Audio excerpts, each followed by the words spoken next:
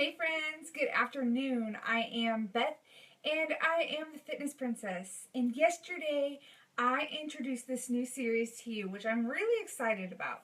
And it is going to be called Inside My Pantry. And I actually am currently inside my pantry. Um, that's the one thing that I fell in love with this house when we moved to Oklahoma City is this pantry. It is the size of a small closet, and I just knew that this house was the house when I saw the pantry. I have always wanted a huge pantry, and I got my wish.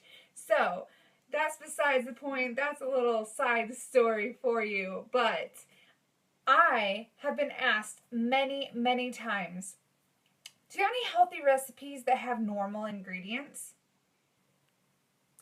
I just kind of chuckle because normal ingredients means what? Normal ingredients means a lot of things to a lot of people. So, the one thing that I have come up with is that most people do not want to have to go buy a whole new set of ingredients to stock their pantry when changing to a new healthy lifestyle. Now, let me share this with you. I've been on my fitness journey for almost 4 years. It'll be 4 years at the end of this month.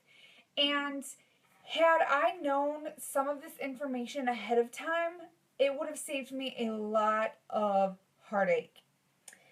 For instance, when I was in college, I decided that I was going to go on a diet because I had gained the freshman 15 and, well, maybe more than that. But I decided I was going to start working out, and so that's what I did. I didn't change my diet. I just decided to go to the gym and to run on the elliptical.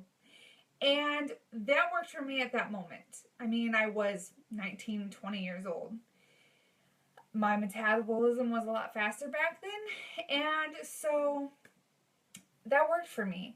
And so when I started this journey again, after I was married, after I had gained the married pounds, however many they say you gain, I don't know, I thought that it was going to be that easy, that I could hop on the elliptical and I could lose all of that weight.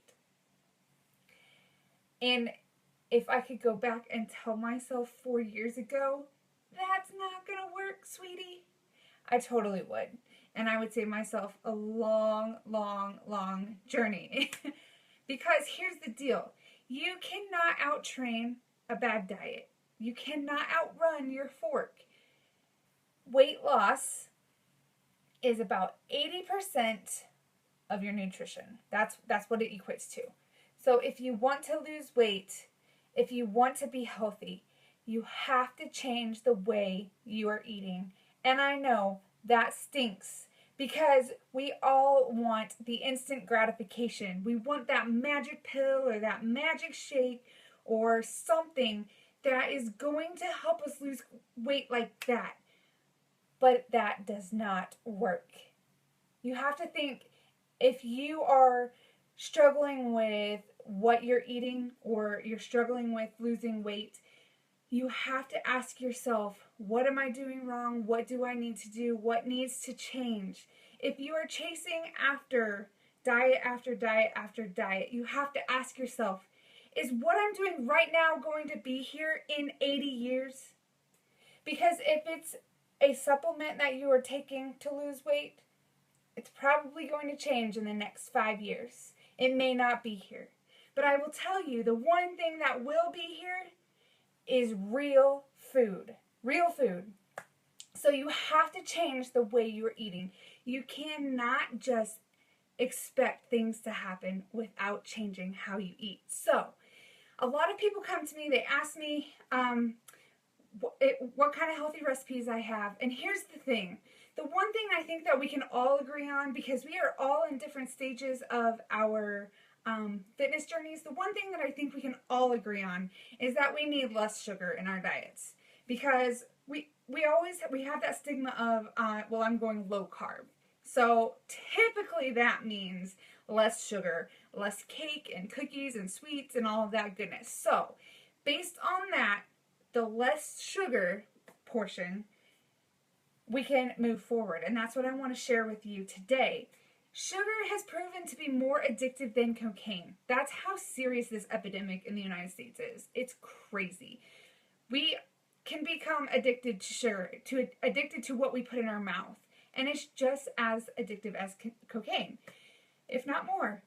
So, I want to share the one thing that we need to get rid of is the sugar in our diet. And that's the one thing that I do when I realize that I'm headed down a slippery slope, when I realize that I have been binging on foods or I have been not feeling so good. The one thing that I can come back to is that I've been eating too much sugar, and that's the one thing that I need to eliminate from my diet.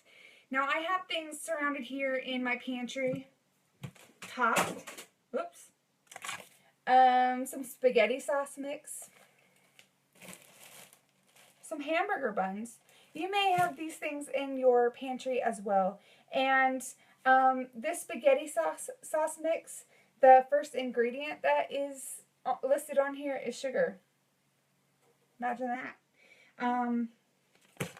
Pop definitely has a ton of sugar in it. I mean, we already know that.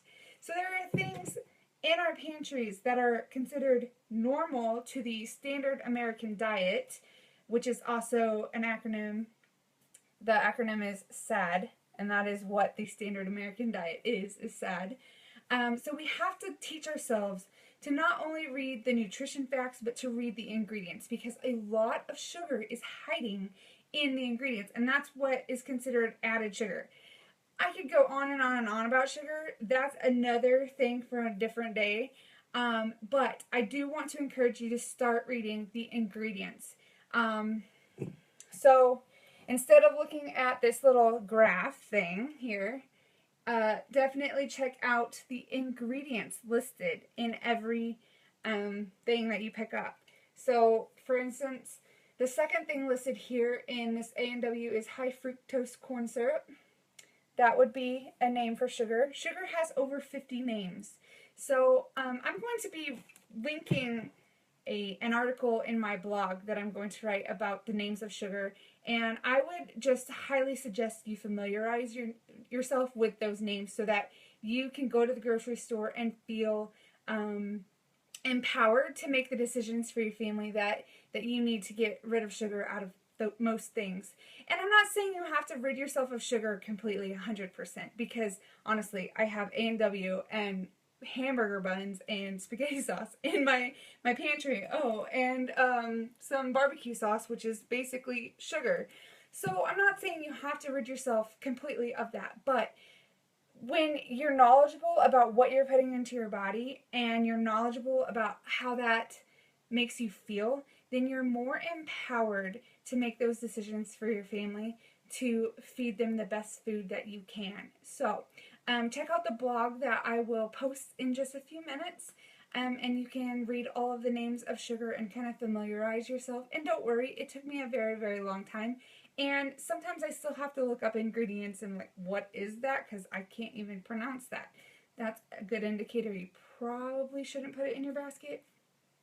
Just a little tip there. So anyway, this next week I'm going to be going through some of my favorite replacements that I have chosen to use in my own pantry, in my own diet, and I've gotten rid of some of the less healthy things and replaced them with more healthy things. So I'll be sharing those things with you this week. I cannot wait. So if you have any questions, please feel free to comment below.